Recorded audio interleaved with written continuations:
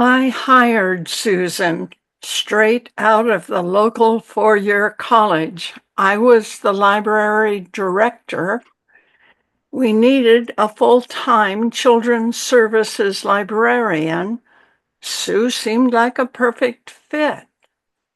Now, this library didn't have a parking lot, so you had to park a block away on the street, and I explained that to Sue because some people worried about their cars parked on the street. She said she didn't care. Her car was pretty rough, but it did run. And for her, it was just transportation. Well, pretty soon, strangers began going up and down the street, and many of them made their way into the library and they asked about that car. Did we know whose it was? Did they want to sell it? And we would send them over to Sue, and she would say, no, it's just transportation for me. So things were working out just fine. And then one day, my stepson drove by that car and he came in. He was trying to get an auto body shop started. And he said to Susan, if you will let me fix all the rusted out places and that white bumblebee stripe, all you have to do is buy the paint and put a sign about my shop in the car window when I'm finished. Well, that red 67 Camaro with the white bumblebee stripe, it wouldn't hurt. Sue didn't care. It was just transportation to her, but my stepson made a lovely offer and she had a job. So she said, okay. Well, he went to work on that car. And when he brought it back, all the rusted out places had been fixed. That white bumblebee stripe was perfect.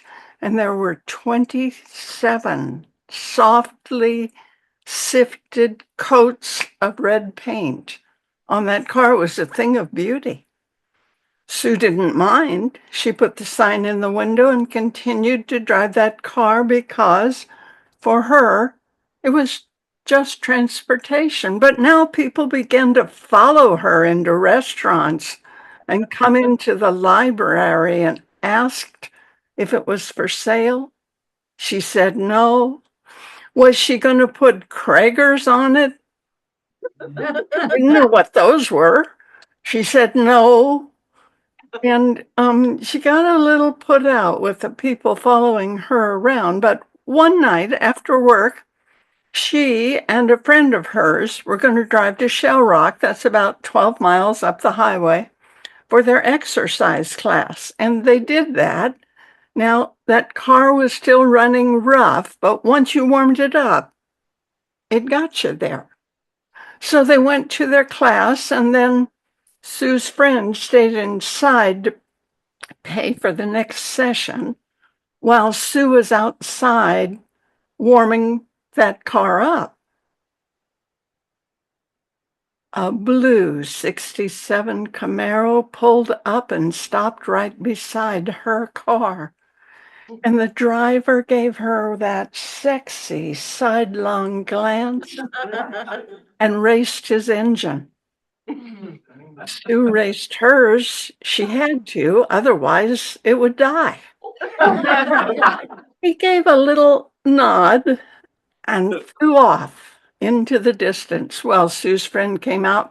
The two of them giggled all the way to the stop sign. She stopped at the stop sign, and that blue Camaro came flying up, roared through the stop sign, went down the highway, made a U-turn, and fishtailed all the way back to that stop sign and stopped so that his driver's window and Sue's driver's window were exactly aligned. He gave her another sexy sidelong glance and roared off into the distance. Well, soon her friend left all the way back to Waverly, and the next day they told us about it. And I said, well, I think you might have to think about this. I think you've just seen the mating dance of the 67 Camaro, and you should be really careful about driving that red one around while it's in heat. And after that, Susan knew that car was much more than just transportation.